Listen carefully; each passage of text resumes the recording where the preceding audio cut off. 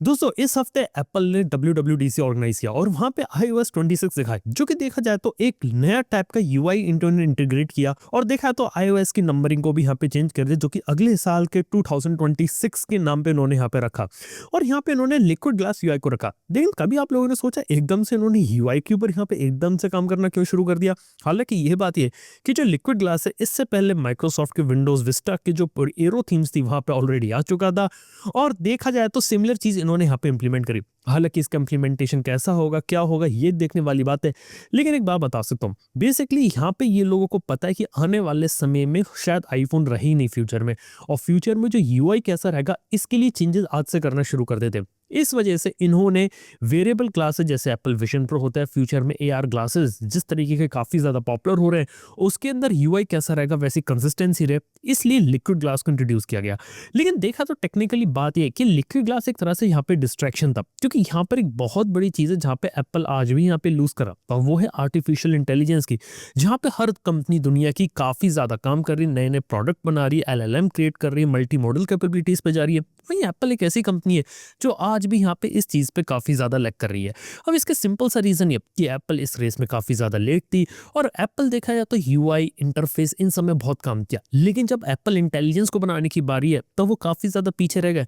Even surprising बात तो ये कि 2024 के WWDC के अंदर जो एप्पल इंटेलिजेंस के कई सारे फीचर्स दिखाए थे, अब पता चल रहा है वो 2026 में आएंगे, क्योंकि इंटरनल काफी सारी चीजें हो रही हैं और एआई के ऊपर एक ऐसा लैग यहाँ पर देखने को मिला जिससे देख के ऐसा लगता है कि अभी भी यहाँ पे काफी अच्छे तरीके से काम नहीं करा। अगर आप लोगों ने यहाँ पे सीरी को भी कभी यूज किया होगा तो सीरी तकरीबन 15 साल पहले आया था, और आज के जमाने में सीरी अब उतना एडवांस रह भी नहीं गया है। सीरी काफी ज्यादा पुराना यहाँ पर हो चुका है और वहां पे वो नई चीजें देखने को नहीं मिल रही है। देखो सिंपल सी बात है कि सीरी के अंदर वो एडवांसमेंट नहीं आया, और उससे कहीं बाद जो एलेक्सा आया अमेजन का वो काफी ज्यादा कैपेबल है।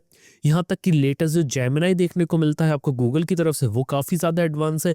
मेटा अपने मेटा ग्लासेस और मेटा एआई को लेके आगे बढ़ रहा है, वो ज्यादा एडवांस है। ये चीज एप्पल की है ना वो यहाँ पे लग कर रहा है, और यहीं पे पता चलता है कि जो एप्पल स्टीव जॉब्स के एरा में कुछ नया करती थी, इनोवेट करती थी, या फिर बड़े बड़े रिस्क लेके नई नई प्रोडक्ट कैटेगरीज बनाती थी, वो चीज पे यहाँ पे एप्पल अभी थोड़ा सा पीछे होती जा रही है। हालांकि देखा जाए तो इस रेस के अंदर दुनिया की कई बड़ी बड़ी लोग आगे ऑलरेडी निकल चुके हैं। इवन चाइना की जो डीप सीक थी वो कुछ ही मामले में आगे आ गई, और अभी भी अगर आर्टिफिशियल इंटेलिजेंस में लोग पीछे होते रहे तो इन्हें किसी न किसी के ऊपर रिलाई करना पड़ेगा, और टेक्निकली वो एप्पल का स्टाइल नहीं होता। एप्पल हमेशा एक ऐसी कंपनी बन के रही है जो कि हमेशा यहाँ पे कुछ ना कुछ नया करेगी और कुछ ना कुछ चीजें खुद बनाएगी। ऐसा नहीं रहेगा कि सामने वाले थर्ड पार्टी पर रिलाई करेगी, क्योंकि इवेंट्स में वो किसी भी सामने वाली कंपनी का नाम लेना बिल्कुल भी पसंद नहीं करते। लेकिन एप्पल इंटेलिजेंस के लिए जानबूझ कर चैट जीपीटी को इंटीग्रेट कर रहे हैं, और उसके बाद वो लोग प्राइवेसी की यहाँ पर बात करते हैं कि सारा डेटा मोबाइल फोन में स्टोर रहेगा। अच्छी बात है मोबाइल फोन में स्टोर रहे, लेकिन जो एआई के जो फीचर्स होते हैं जिसपे पूरी दुनिया यहाँ पे मूव ऑन कर रही है, उसको यहाँ पे लाने में काफी ज्यादा यहाँ पे डिले हो गया। उसके बाद देखा जाए तो यार एप्पल की कई सारी पॉलिसीज थी। पहले तो ऑन डिवाइस अप्रोच कर रहे थे,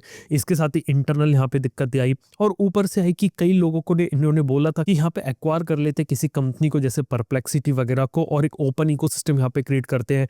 और इवन देखा है तो ओवरऑल सारी चीजें इतनी खास चल नहीं रही। इवन आपको एक बात बता सकता हूँ कि हाल ही में एप्पल के डिजाइनर जॉनी आइव ने भी यहाँ पे रिजाइन किया था, और उन्होंने अपनी नई कंपनी खोली ओपन एआई के सैम ऑल्टमैन के साथ आयो, जो यहाँ पे कुछ नया कर रहे हैं। और देखा तो एआई के अंदर काफी ज्यादा नई चीज हो रही है। देखो सच बात ये है कि एप्पल वाले गिमिक्स और जो परफेक्ट रेक्टेंगल होता है वो बना रहे हैं, यूजर एक्सपीरियंस बना रहे हैं, एनिमेशन क्रिएट कर रहे हैं, अलग अलग चीजें यहाँ पर दिखा रहे हैं, जिससे लोगों के अंदर एक वाव फैक्टर आ जाए, लोगों को एक डिस्ट्रैक्शन दिख जाए। 2025 से 2030 के बीच में जो रियल इनोवेशन जहाँ पे होने वाला ना, वो चीज एप्पल यहाँ पे लूज आउट कर रहा है। ये बात है। एक और बात इसमें ऐड कर सकता हूँ कि यहाँ पे आज के समय में मार्क जकरबर्ग को अगर आप देखेंगे ना, तो वो आज के समय में सुपर इंटेलिजेंस बनाने में काफी ज्यादा, मतलब कि अगर आप फेसबुक की स्टोरी देखेंगे तो क्या था, एक सोशल मीडिया नेटवर्क था, फिर उन्होंने इंस्टाग्राम एक्वायर किया, व्हाट्सएप को लेकर आए, फिर आगे चल के मेटा को लेके आए, वेरिएबल टेक्नोलॉजी ऑक्यूलस को उन्होंने इंटीग्रेट किया।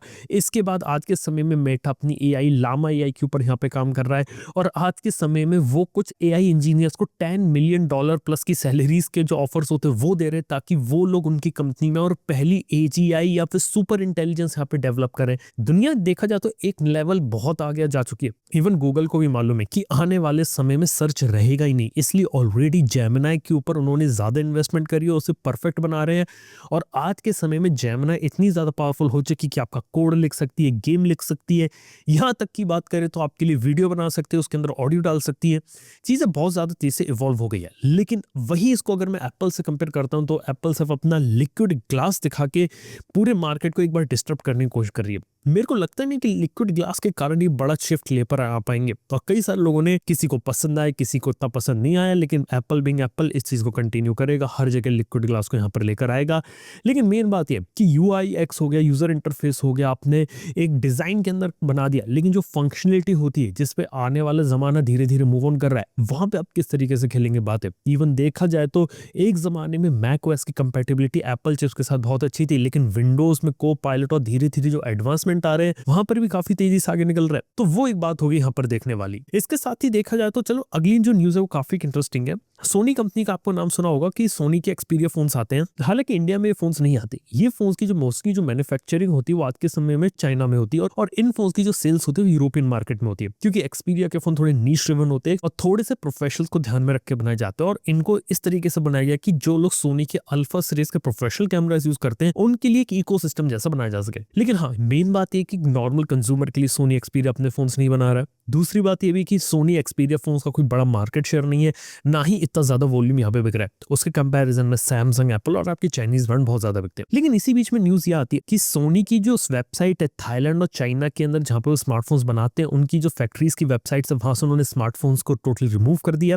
इसके साथ ही सोनी ने अपने खुद के जो एक्सपीरिया फोन्स होते हैं वो भी यहाँ पे बनाना बंद कर दिए। इसके साथ ही ये भी रिपोर्ट पता चलती है कि ये लोग जो है ना, सोनी का जो नया फ्लैगशिप एक्सपीरिया 1 7 फोन होगा उसको ये लोग खुद नहीं बना रहे हैं, इसको ये लोग किसी थर्ड पार्टी पार्टनर से बनवा रहे हैं। देखो इसका मतलब कई सारी चीजें अगर मैं कनेक्ट करूं डॉट्स को, तो आप इस तरीके से समझिए कि सोनी जैसी कंपनी जो कंपोनेंट्स भी बना रही थी, खुद पहले फोन बना रही थी, लेकिन आज के समय में लिमिटेड मार्केट को पकड़ के बैठी हुई है। जहां पहले खुद की फैक्ट्री में फोन बना रही थी, अब वो कॉन्ट्रैक्ट मैन्युफैक्चरिंग में जा रही है। तो आप खुद समझिए कि कितने लंबे समय तक सोनी यहाँ पे रहेगी। देखो मैं ये नहीं कह रहा कि सोनी कंपनी खत्म हो जाएगी, लेकिन हो सकता है सोनी अपने एक्सपीरिया जो स्मार्टफोन डिवीजन होता है उसको काफी ज्यादा तेजी से कट डाउन कर रही है। और फ्यूचर में ऐसा रूमर भी चल रहा है कि शायद ये लोग एक्सपीरिया वाले स्मार्टफोन सीरीज को टोटली यहाँ पे खत्म भी कर सकते हैं। बेसिकली इतना बड़ा इंपैक्ट पड़ेगा नहीं, क्योंकि सोनी का बिजनेस बहुत बड़ा है। सोनी अपने ब्राविया टेलीविजन से कमाती है, प्लेस्टेशन से कमाती है, यहाँ तक कि सबसे ज्यादा पैसे सोनी बना रही है आज के समय में ऐसे B2B कंपनी बन के कमा रही है, जिसके कारण अलग अलग बिजनेसेस के लिए कंपोनेंट्स वगैरह बनाते हैं। इवन स्मार्टफोन इमेजिंग सेंसर के अंदर सबसे बड़ी जो डोमिनेंट पोजीशन है वो सोनी की, यानी कि इमेज सेंसर बना बना के वो हर दूसरे फोन के लिए काफी ज्यादा पैसा बना सकते हैं। ये उसके लिए काफी ज्यादा प्रॉफिटेबल है। सोनी एक्सपीरिया नहीं है, और आने वाले समय में इकोनॉमिक चैलेंजेस सोनी के पास आते हैं तो सोनी के पास एक स्मार्ट मूव ये बचेगा कि एक्सपीरिया वाले स्मार्टफोन को बंद कर दे। हालांकि अभी ऐसा ऑफिशियल नहीं है, लेकिन पॉसिबिलिटी यहाँ पर हो रही है इस बात की, क्योंकि स्मार्टफोन वाला बिजनेस थोड़ा सा श्रिंक हो रहा है, चाइनीज कंपटीशन डोमिनेट कर रहा है, और वो कंपनीज यहाँ पे आगे निकल रही है जो बैक एंड के अंदर स्मार्टफोन को बनाती है, उनके कंपोनेंट्स को बना रही है।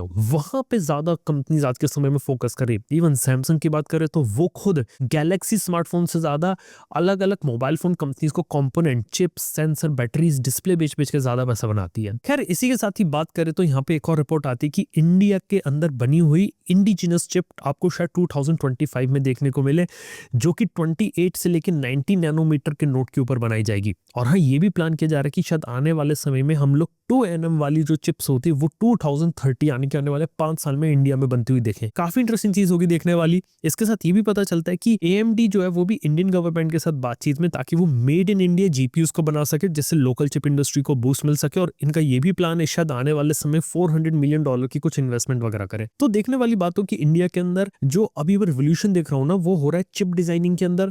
इसके साथ ही यहाँ पे चिप मैन्युफैक्चरिंग की हम बात करना शुरू कर चुके हैं। फैब्रिकेशन तो अभी हम दूर है, लेकिन अभी हम पैकेजिंग करना धीरे धीरे शुरू करने वाले हैं। इसके साथ ही अलग अलग कंपोनेंट्स की मैन्युफैक्चरिंग और पार्ट्स की मैन्युफैक्चरिंग शुरू हो रही है, और असेंबलिंग हम लोग काफी ज्यादा कर रहे हैं। असेंबलिंग में देखा तो हम देखा जाए तो 3rd लार्जेस्ट एक्सपोर्टर है। आईफोन बहुत ज्यादा बिकता है, India already 2nd largest market, और शायद हम लोग चाइना को बहुत जल्दी बीट भी कर सकते हैं, जैसे स्मार्टफोन की मैन्युफैक्चरिंग इंडिया में और ज्यादा शिफ्ट होगी। और ओवरऑल बात की जाए तो इंडिया की स्ट्रेटेजिक लोकेशन तो है। अब देखने वाली बात है कि प्रोडक्ट के जो कंपोनेंट्स होते हैं वो और ज्यादा यहाँ पे कैसे बनेंगे। आज भी देखा जाए तो कई सारे बैटरी के सेल्स हम लोग बाहर से इंपोर्ट करते हैं, तो बैटरी सेल सेल्स कब बनेंगे मोबाइल फोन्स की बैटरीज के लिए, सिलिकॉन कार्बन बैटरीज अभी भी चाइना में बनती है, वो इंडिया में उसका प्रोडक्शन कब आएगा, एमोलेड की high quality panels, cornering gorilla glass, ऐसे बहुत सारी चीजें जो अगर हम लोग इंडिया में अगर आपस में बनाने लगे तो यार हमें काफी ज्यादा यहाँ पे बेनिफिट हो सकता है। देखते हैं यहाँ पे क्या रहेगा। मेड इन इंडिया चीजें धीरे धीरे आ रही है, एक दिन तो नहीं लगेगा यार, आपको एक दिन में असेंबलिंग से मैन्युफैक्चरिंग पे आ जाओ, सारी चीजें खुद बनाने लगो, लेकिन हाँ असेंबलिंग से टोटल हमें शिफ्ट होने में टाइम लग रहा है,